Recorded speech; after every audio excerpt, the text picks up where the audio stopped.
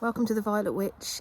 Today is the Divine Feminine reading using the cards, the Divine Circus Oracle deck. So we've got the White Dutchess. It's all about leaving the past behind, starting a new life. So for those who resonate with this one, it kind of comes well with the full moon in Aries that we just had. Closure on things coming up to the surface to be dealt with. I feel this is leaving behind everything that just doesn't work anymore. Where we might have gone into the past to retrieve things that we wanted to do and, do them over during Mercury retrograde. It feels like we've kind of done as much as we can with that. And we're now moving forward into the next phase, closing a door on things that no longer, need to be done. They've finished. And yeah, it feels like there's definitely some brand new adventure waiting for us who resonate with this on that side of things. Yeah, I mean, I don't know what else to say about that. It's after the long ass masculine one that I did. This one feels quite short. I don't really know how to elaborate on that because it's going to look differently for everybody, this new adventure. I mean, I think this is because I asked for it to apply to me as well, this one. I mean, I feel like, I don't know whether there's like new job offers coming in because I've started doing things differently on my websites. I'm adding more things that I do. So although the twin flame content is very much a large part of what I do, there are other things that I do, like the pet readings. I'm starting the necromancy mediumship, coming in, talk show, podcasts, that kind of thing in the future. At the moment, I'm just, the beginning stages of this new adventure, so I don't know where it's going to lead me. People I'm going to meet along the way, and there's people that obviously who are going to be working with me already on these things. So yeah, I mean, it's all very exciting, and things aren't going in the direction necessarily I thought they would, or I hadn't even considered. So think of it from that standpoint. It's like, it's not that the stuff coming in is unwanted. It was just it didn't occur to me because it's stuff that I would have loved to have been real in the past, and I thought it was only fantasy, like the witchcraft stuff. I mean, for example, when I was a teenager, I loved the craft, and I just thought, all this stuff seems really cool. I wish it was real. And I never foresaw me at that point as a teenager doing witchcraft now in my 40s, and it's taken me this long to get here because I couldn't mentally get my head around doing witchcraft before now properly, because I just had too much trauma stuff and what have you to work through, and the twin flame stuff as well, obviously, which is its own adventure. So this is all part of it. It's learning about myself, learning to heal myself, align with myself. Hopefully my twins, doing the same for you guys out there. And we unite with our twins when we're in the right place in ourselves. It's like my friend Nadia from the Spartanites said to me,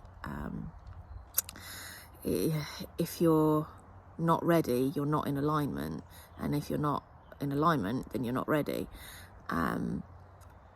It's a case of don't rush it, don't force it, don't push it, which I have tried to control things a lot over the last 14 years of doing this, and I'm on the journey too. I've had a lot of difficulties trying to do this work because of my own ego stuff and thinking, how can I guide others on a twin flame journey when I'm not there myself, at the other end of it. But it's a case of no matter where you are on your journey, on your path, there is a point to this, that you have got stuff to teach to those who are, I say further behind you, it's not a race, but for those behind you on the path, you can teach them, how to make it easier, or tips and tricks to help get them from where they are to where you are, maybe quicker, or just teaching them how to deal with the journey that they have, even if it's a long path ahead of them, because everybody's path is different. Some people come together with the twin flames pretty quickly because they haven't got a lot of baggage to work through before they can go into a relationship, and others of us are decades before we get into a relationship with our twin flame.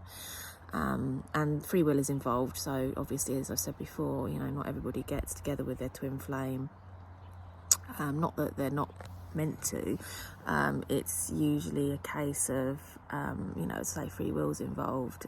It's not a case of everything is destined and, you know, every little thing we do is pre-planned. It varies from person to person, because what we call destiny is stuff that we've kind of planned to do before we've come in, agreed to do, and, you know, we get a free will choice while we're here to do what we want, and different people have come in for different reasons. Some people have just come here, you know, for a vacay kind of thing, just, you know, and other people come here with a purpose or a mission, and others are a mixture, you know, and you can change your destiny as you go along, perhaps. I don't feel like everything is set in stone, but I do feel like ultimately what we are guided to do has got to resonate with our highest good, our inner being, and you know, as we do things along the way, we make more decisions about what else we want to achieve and experience here. And when we stop wanting to, you know, make decisions or desiring stuff in this earth plane, I think that's when we leave, when we lose all desire to do things here, and then we kind of restart on the other side.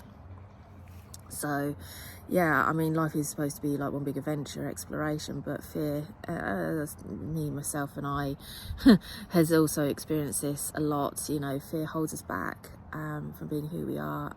It can become paralysing, quite literally in my case, crippling, and you know, it can really suck the life out of you, and it can take a long time to heal from that. But if you're willing and you want to learn more, you know, follow my readings, obviously, and, you know, book a reading with me if you want something more personal. But most of all, just be open to the adventure that life has ahead of you. I also do some potions that I've started out doing, and some rituals. There's a twin flame road opener potion that helps you sort of really boost and open up your path to twin flame union. Now, I will say, when I did it on myself, what it's done is it actually has backtracked me to looking at myself and doing things for myself more first, which I knew I had to do, but I kind of hyper focused too much on my twin flame stuff. Not avoided dealing with my own, I just didn't know how to deal with my own stuff. But since I got into the magic side of things and dark arts and witchcraft, it's actually helped me open up and understand a lot more as well. Psychologically speaking, you know, the psychology of things mixed in with the magic side of things, it's all been very helpful. Holistic, you know, approaching things holistically.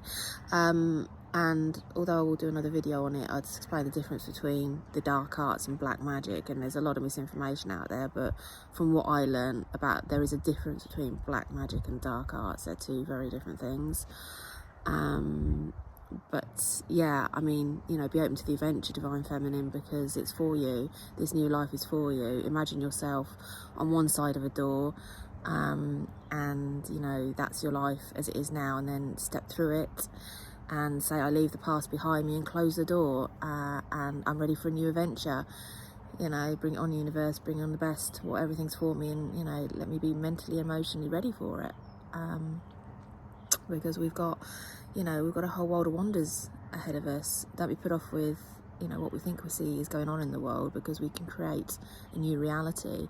And the more of us that are focused on what we desire and want, the better the world we create for ourselves and others. Yeah, I mean, this matrix of life, as we call it, is impacted by what we think, feel, more importantly what we feel, and what we put out there in the world, from, you know, who we are and what we're doing from inside ourselves. So make your life a good one by making choices that are in alignment with your highest good. And, you know, don't beat yourself up. Don't try and do it overnight. It's progress, not perfection. The favourite saying of mine. Baby steps, you know, one thing at a time. Build up small habits along the way to make the big changes over time. You know, the things that may seem mundane are usually the things that make the biggest difference. Pebbles, not bricks. Pebbles leave ripples, and bricks just sink to the bottom of the lake.